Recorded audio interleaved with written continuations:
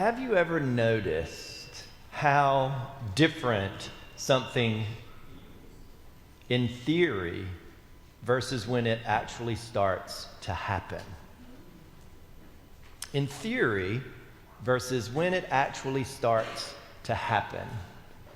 There's a big gap between this sounds like a good idea and oh wow, this is real.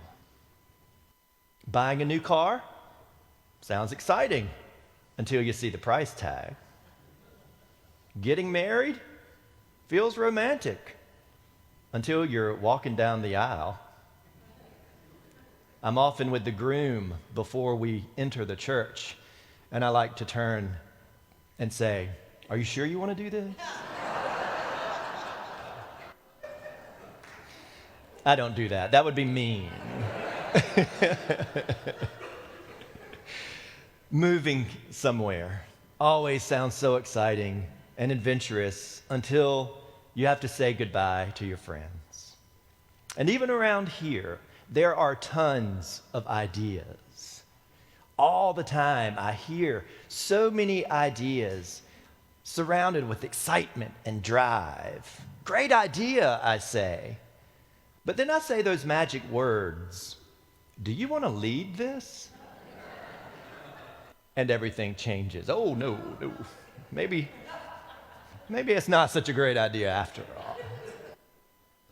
Certainty has a way of turning into doubt. And I think that's exactly where John the Baptizer is in today's gospel. He's in a prison cell, and he asks of Jesus, "Are you the one who is to come, or should we wait for someone else?" This is John. Remember last week he was confident. He was shouting, eating bugs. The same guy who built his whole life around pointing people to Jesus. And if you'd asked him earlier, perhaps he might have said, "Oh, absolutely, no question." But now he's not in the wilderness. He's not baptizing. He's confined, he's stuck, and he's unsure. What once felt clear now feels complicated. And honestly, that feels very familiar to me.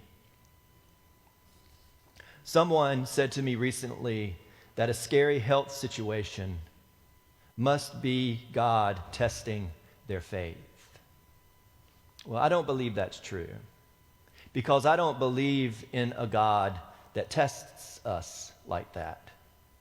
But I do believe faith can lead us into places we don't expect, places that stretch us, unsettle us, and maybe even force us to rethink what we thought we knew about God, about ourselves, and about our relationships. Faith is not static.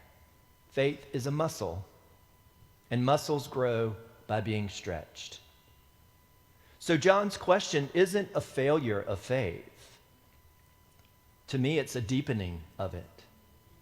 From prison, he's being asked to trust in a new way. Are you the one who is to come, or are we waiting for someone else? I think that you and I ask versions of that question all the time.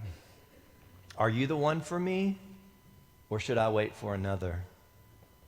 Is this the right job for me, or should I wait for another? Are you the right doctor for me, or do I need to find another? Is this the right church for me, or should I look for another? Are you the right partner for me? Is this the right path for me, or should I wait for another? These decisions are hard, and they take thinking and research, absolutely.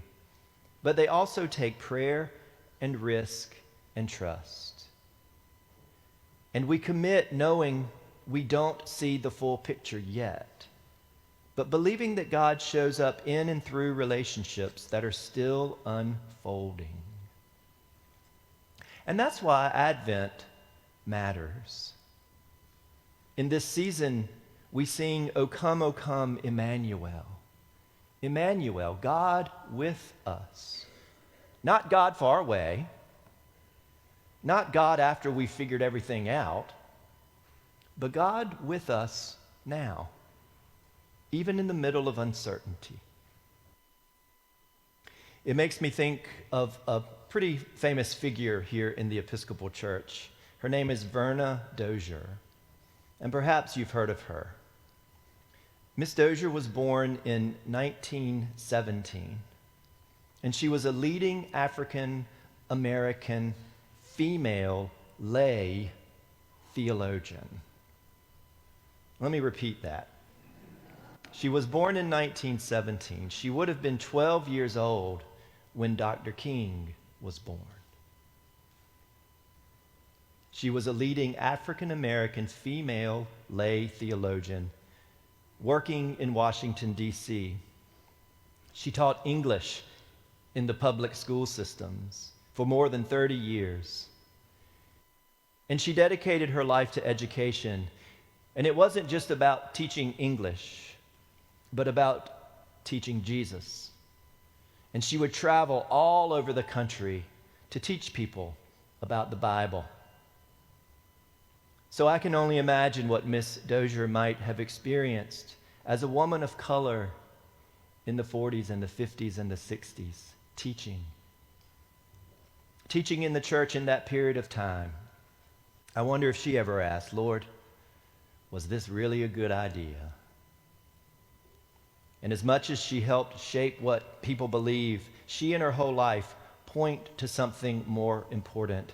And she's known for a particular quote. She reminds us all, what do you believe is not the important question. The important question is, what difference does it make that you believe? What difference does it make that you believe? And I think that's what John is wrestling with. Not whether Jesus checks the right boxes, but whether Jesus is bringing life, healing, and freedom. And the answer is yes.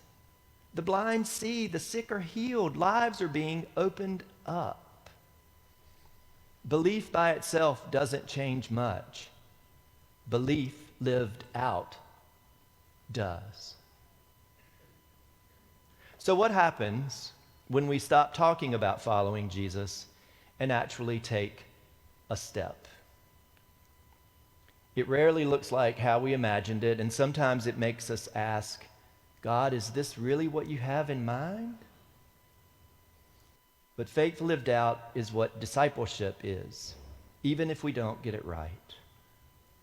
So here's the good news. Jesus doesn't shame John for asking questions. Notice that? Instead, he puts John up on a pedestal and is like, what did y'all go out thinking you were going to see? A king, silk pajamas? No, you've heard a prophet, the best one. So if you've ever wondered, was this really a good idea? You're in good company. And that question might just be a sign that God is waking you up, inviting you into something deeper, truer, and more alive. O come, thou day spring from on high, and cheer us by thy drawing nigh. Rejoice, rejoice, because once upon a time, God had a big idea. And that idea is becoming real in you, in me, in the world, and his name is Jesus.